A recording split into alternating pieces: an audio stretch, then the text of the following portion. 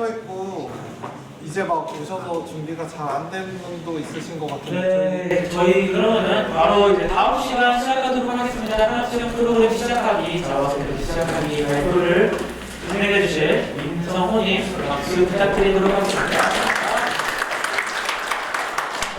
네, 안녕하세요.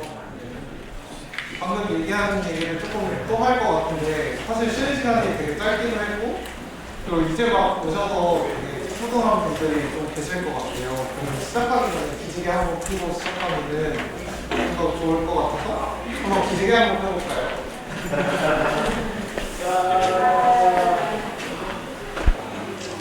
사실 여러분들을 위한 거기도 하지만 저도 좀 긴장이 돼가지고 기지개 한번 펴보고 시작하면 좀 나을 것 같아서 말씀드렸습니다.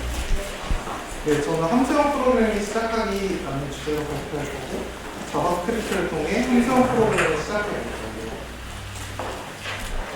일단 저 먼저 소개해드리면은 저는 육교에서 가맹 40명 웹사이트들을 개선 중이에요.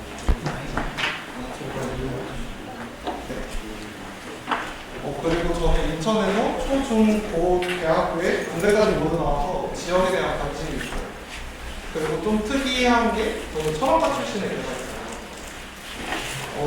제가 개발을 시작할 때 가장 큰 영향이 있었던 것 중에 하나가 함수형 프로그래밍이라고 생각해서 오늘은 함수형 프로그래밍에 대해 좀 이야기를 드리려고 해요. 네.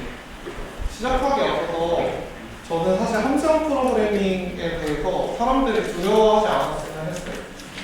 사실 여러분들이 지금 두려워하지 않으셨을 수도 있는데 제가 괜히 헛다리 짓는 것들인데 저 사실 무서웠거든요.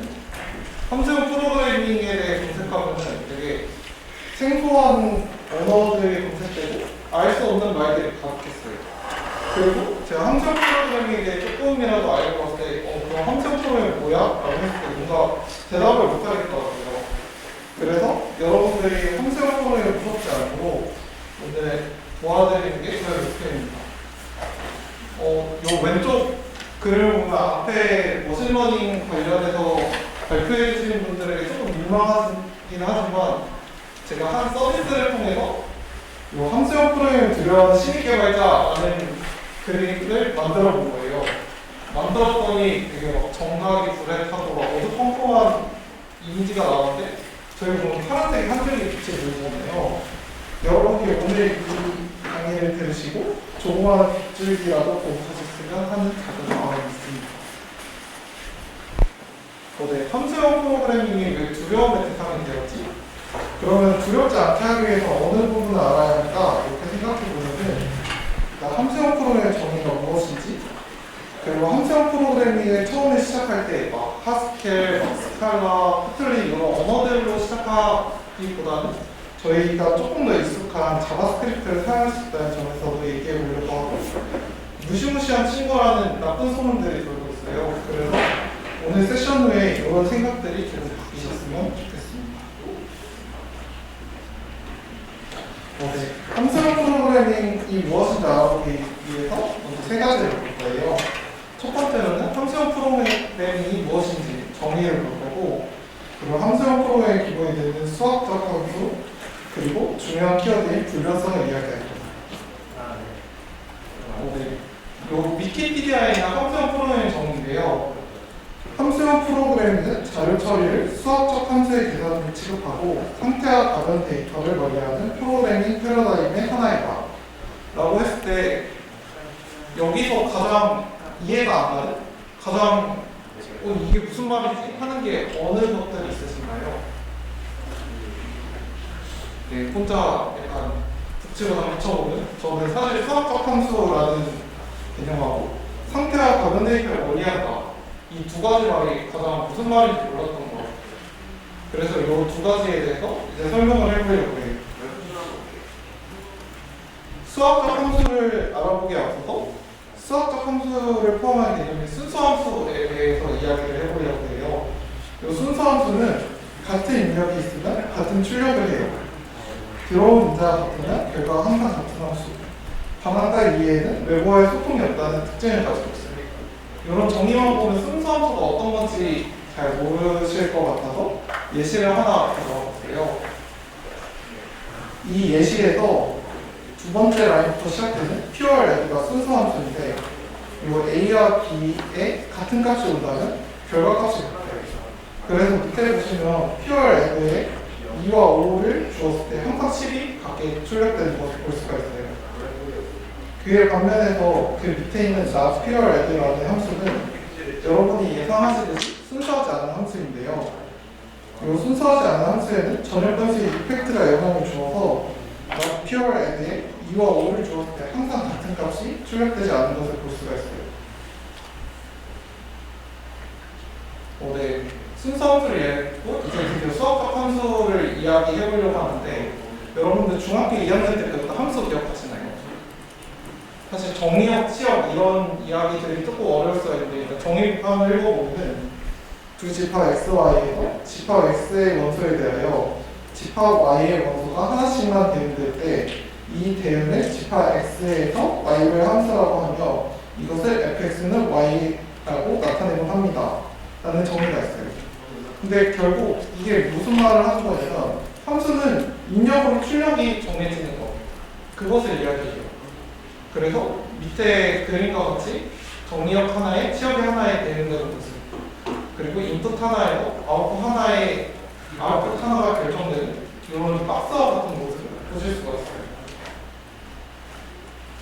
그리고 이런 수학적 함수를 사용해서 수학자들이 열심히 연구한 내용을 프로그램에 가져다 사용할 수 있기도 해요. 아까 전에 예시에서 전형 변수 이펙트를 기억하시나요? 네. 그 이펙트가 함수가 순수할 수 없게 하는 요소인데 그 한글로 부수효과라고 불러요. 거의 모든 앱은 부수효과가 없을 수 없고 이런 부수효과는 함수 범위 밖에서 발생하는 상태적 위협을 이야기해요. 자바스크립트에서 대표적인 부수효과는 아까처럼 전역 변수를 사용한다든지 객체의 속성을 변경한다든지 파일 출력, 네트워크 요청 등이 있어요. 근데 갑자기 오른쪽 구석에 이 수족관 이미지가 나왔는데 이게 뭐지? 하실 수 있어요. 다음 시간에 대학하시면 이제 시작되는데 이 왼쪽 구석에 플래시 터트리는 거 보셨나요? 네, 못 보셨을 수도 있는데 어차피 다시 진행될 거니까 한 번만 더 보면은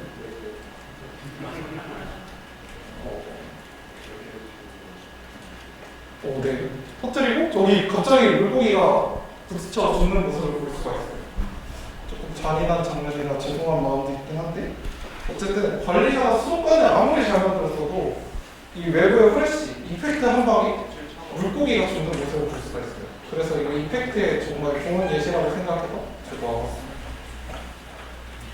네, 요거는 그 아까 했던 이펙트의 예시인데요. 사실 전에 예시가 좀 더 좋지 않겠나 생각이 들긴 하지만 어쨌든 이렇게 전역 변수 이펙트가 있음에 따라서 increase 카운트와 reset 카운트 이 두 함수는 어떤 값이 출력될지 모르는 이런 함수들이 되어버렸어요.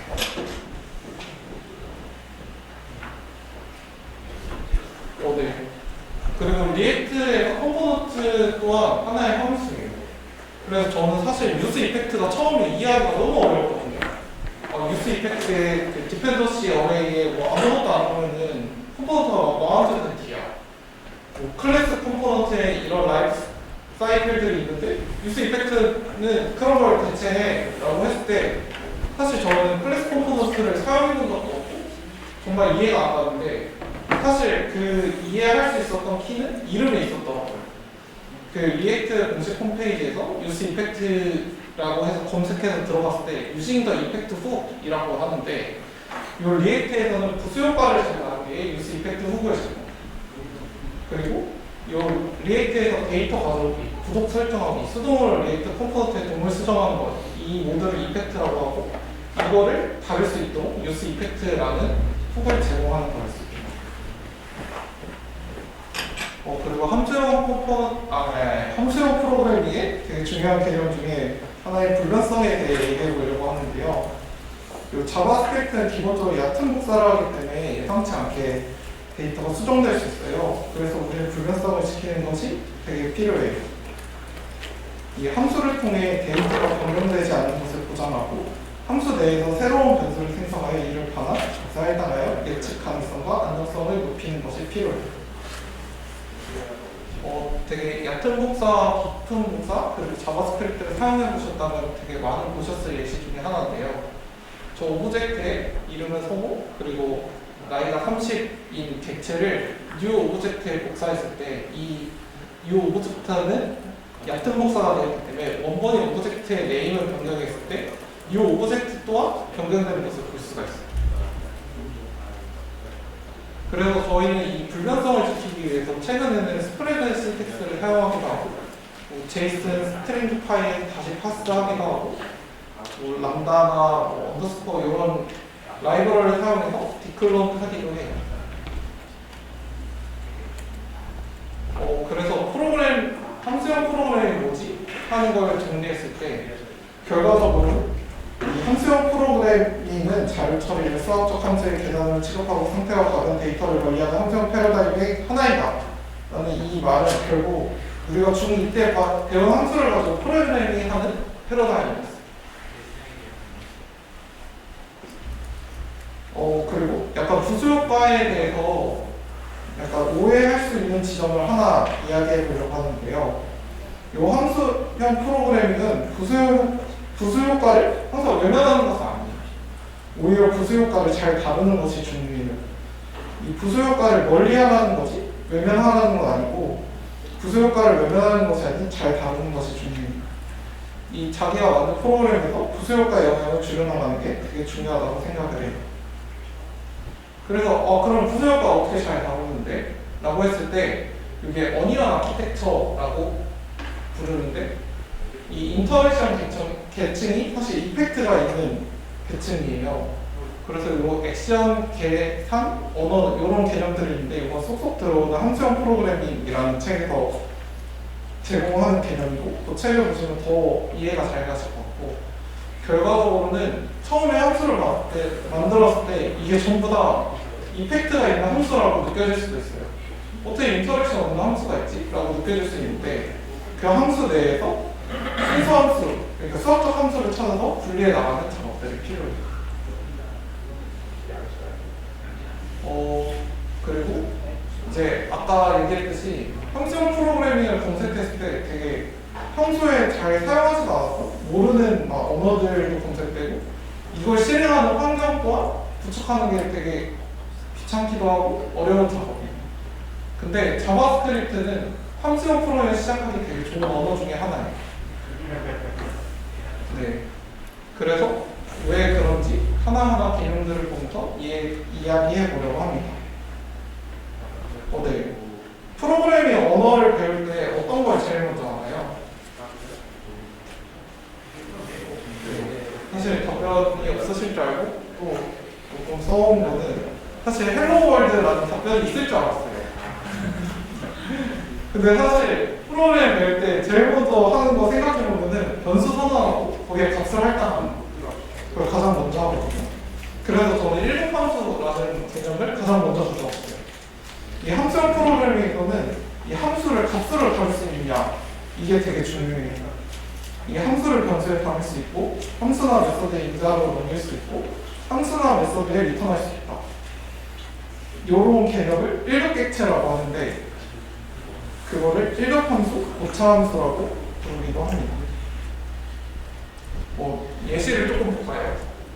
갑자기 막 함수를 리턴한 거에서 조금 복잡할 수 있는데 천천히 보면은 이 add 함수에서는 마치 함수를 값처럼 리턴하는 것을 볼 수가 있어요.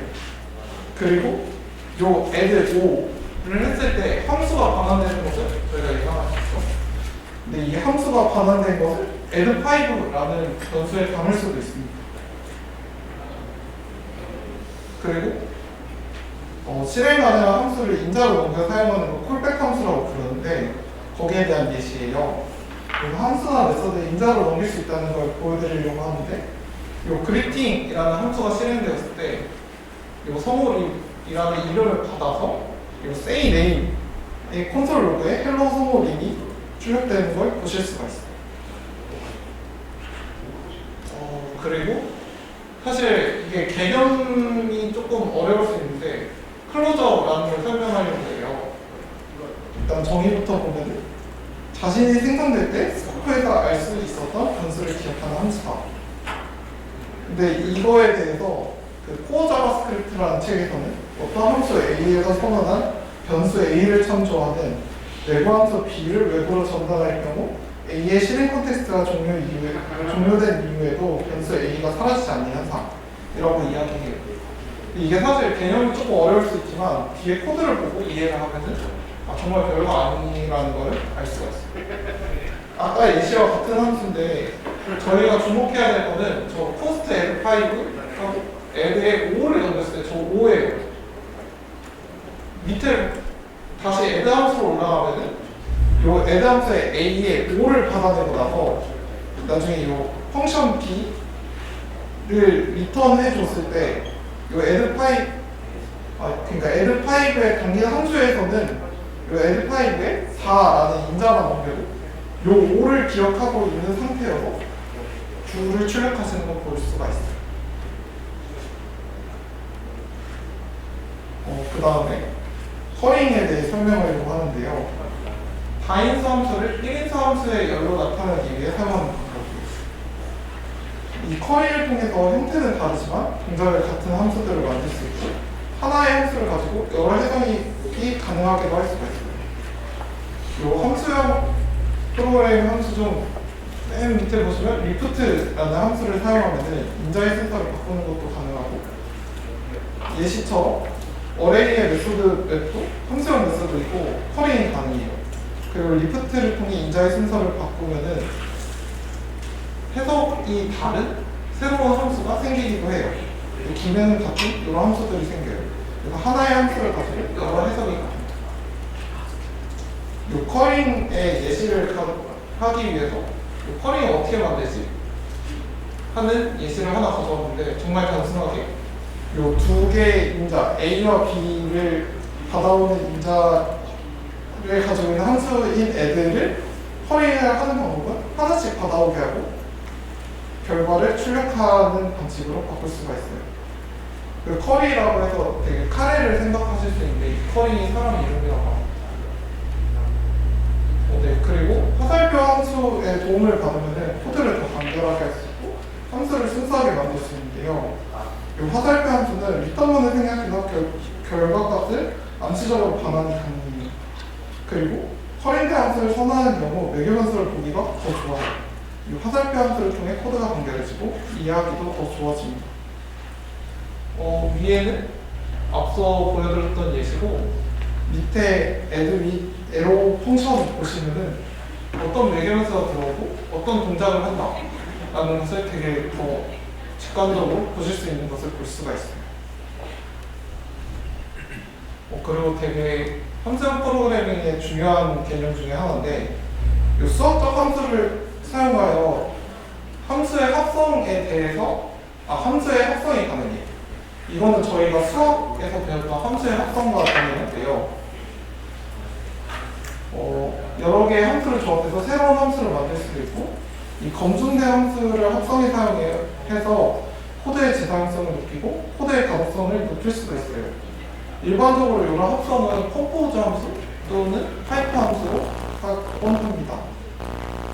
그래서 정말 간단한 예시를 보면은 이 컴포즈라는 함수를 합성해주는 함수인데 이 스퀘어라는 함수와 이 제곱해주는 함수인 스퀘어라는 함수와 두 인자를 더해주는 add라는 함수를 합성해서 add된 스퀘어를 만들었을 때 2와 3을 더해서 5를 만들고 제곱해서 25를 출력하는 이런 모습을 볼 수가 있어요.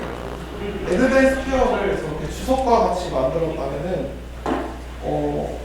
물론 동작은 했겠지만 되게 다른 곳에 더 활용하기 add 함수와 스퀘어처럼 더 다른 곳에 사용하기는 어려웠습니다.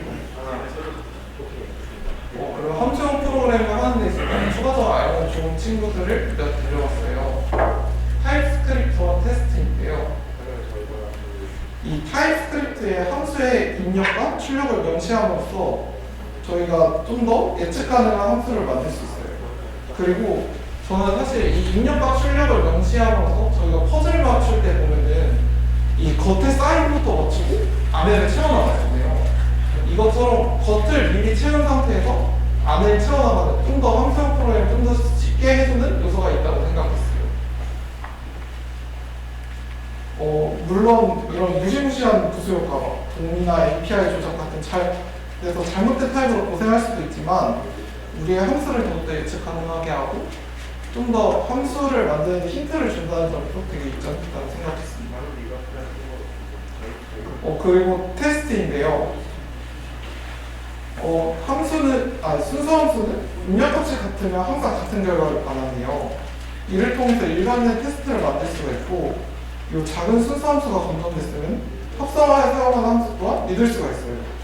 그리고 이 작은 함수들이 테스트가 됐을 때 여러 곳에서 사용되면 되게 테스트 자체도 효과로 볼 수가 있습니다.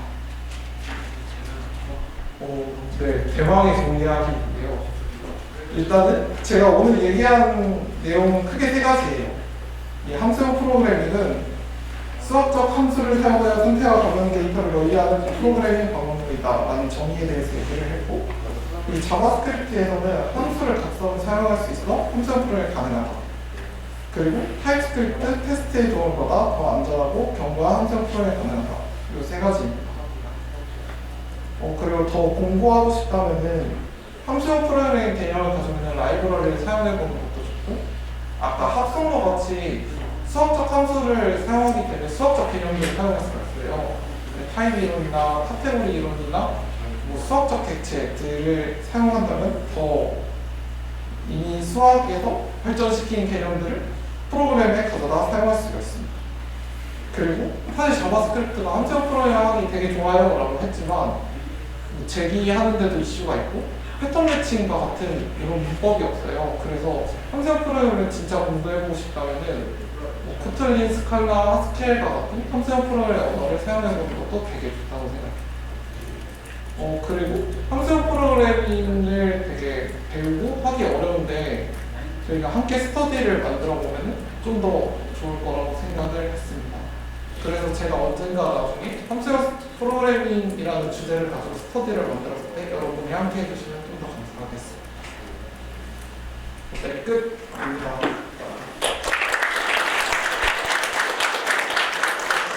질문을 받을 건데 요교에서 정말 감사하게 고속 충전기 5개를 나눠주셨어요. 그래서 질문 주신 분께 요거 나눠드릴 예정입니다. 네, 질문 있으시면 해주세요.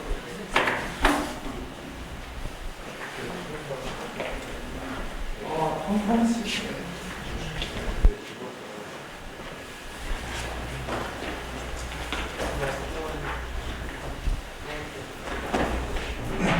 일단 저도 궁금한 게 커링 함수를 개념은 한 번 정도 들어봤는데 실제로 소재에 적용해보니까 마땅히 잘 적용하는 지점이 잘 파악이 안 되더라고요. 그래서 심시험에 넣을 수 있도록 커링 함수를 어떤 식으로 활용하고 계신지 예시를 많이 가능합니다. 네. 정말 쉬운 예시는 저 사실 이 아까 에드파이브 함수가 어딘지 모르겠는데 이런 매직 넘버들 있잖아요. 이런 매직 넘버들 사용할 때도 되게 좋고 그리고 사실 람다와 같은 라이브러리에서는 모든 함수를 커밍해서 제공해줘요. 함수 합성하거나 할 때도 되게 잘 사용할 수 있습니다. 네네네. 아까 한 분이 더 부족합니다.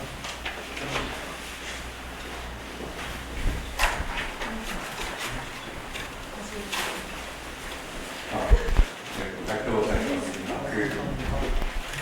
보고 나서 저도 아까 전 분이랑 비슷한 질문이긴 한데 사실 함수형을 쓰기가 실제 프로덕션에서 쓰는 게 아직은 함수형답게 생각하지 하기가 좀 어려운 것 같아요. 그거에 대해서 혹시 협업해서 이거는 함수형을 써야겠다 생각하는 부분이 있는지가 궁금했고요. 네, 그게 궁금합니다. 근데 저는 아무래도 리액트와 타입스크립트를 가지고 개발하는 게 주다 보니까 함수형 프로그래밍 개념들을 가지고 이미 사용하고 있다고 좀 생각이 되고, 이 언어 함수를 만들더라도 아까 얘기했듯이 그러니까 모든 곳에 이펙트가 있다고 처음에 생각이 될 거예요. 근데 이 이펙트에서부터 정말 같은 인력에 대해 같은 출력을 하는 영역들을 나눠 가 보시는 게 되게 좋은 경험이 될 거라고 생각해요. 그 역으로 람다 같이 이미 그런 작은 함수가 이미 만들어져 있는 라이브러리를 통해서 그 큰 함수를 만들어 가면서도 해보시는 것도 되게 좋다고 생각합니다. 네, 감사합니다. 감사합니다.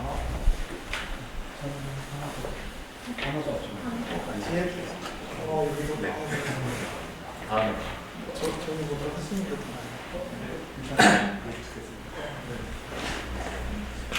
나아요. 먼저 해주세요. 네, 잘 들었고요. 그렇다면은 개인적으로 생각하시기에 형성 프로그래밍에 대해서 어떠한 본인이 느꼈을 때 물론 장점과 단점이 다 있겠지만 본인이 이렇게 말글씨를 형성해서 일을 하다가 형성 프로그래밍이 나한테 이거만큼 매력적이었다라고 느꼈기 때문에 이렇게 형성 프로그래밍을 사랑하시고 선택을 하신 것 같은데 혹시 본인이 느끼시기에 형성 프로그래밍에서 이 부분만큼 내가 정말 사랑에 빠졌다 혹은 매력적인 것 같다 하시는 부분이 어떤 부분이 있을지 궁금합니다. 저는 사실 사랑에 빠진 것 같지는 않고 사실 함수 프로그래밍들이 여러 곳에 녹여져 있어요. 근데 사실 제가 철학과 출신의 개발자인데 이 철학과 나온 게 개발자 하는데 어떤 이점이 있어? 라고 물어봤을 때 분명히 대답하지 못하지만 분명히 이점이 있거든요. 그것처럼 제가 개발을 시작했을 때 함수 프로그래밍의 개념들을 안 게 제가 개발하는 데 분명 어딘가에 도움이 됐을 거라고 생각합니다. 네, 라고 어물쩍 넘어가겠습니다. 감사합니다. 예, 말씀 잘 들었습니다.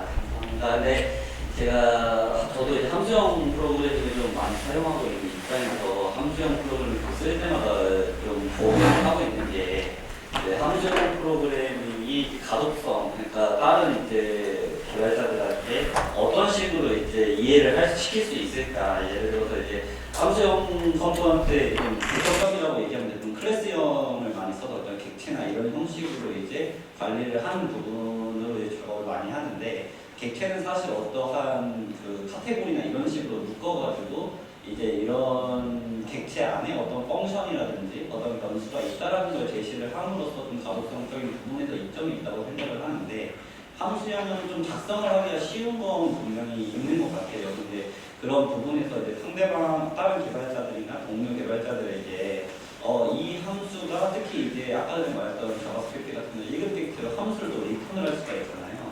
그럴 경우에 어떤 식으로 이제 이 가독성 측면에서 좀 처리를 하고 뭐 이런 부분에 대해서 좀 조언을 주실 부분이 있다라고 하면 좀 듣고 싶은데 어떤 혹시 방법을 통해 가지고 어떤 이 함수의 가독성을 좀 높이는 방법이 있는지 좀 물어보고 싶습니다. 네. 사실 함수형 프로그램을 잘 쓰고 계신다면 제가 조언을 할 입장은 좀 아닌 것 같아서 일단 제 견해를 조금 말씀드리면은 사실 추상화를 잘 하는 게 좋다고 생각하고 그 타입스크립트를 통해서 IDE에 도움을 받는 것도 되게 좋은 것 같아요. 그리고 사실 함수형 프로그래밍을 혼자 할 수는 없어요. 그래서 만약 사용하고 같이 하고 싶다면은 같이 하는 동료들과 스터디를 만들어보고 같이 코드 리뷰하고 이야기하는 시간들 그리고 페어 프로그래밍을 한다든지 이런 시간들을 가지면은 더 좋지 않을까 이런 생각을 해봅니다.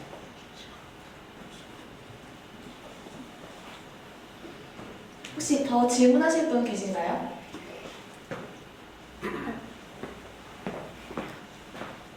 요거 5개 완판됐습니다. 감사합니다. 일단 강의 너무 감사하고요.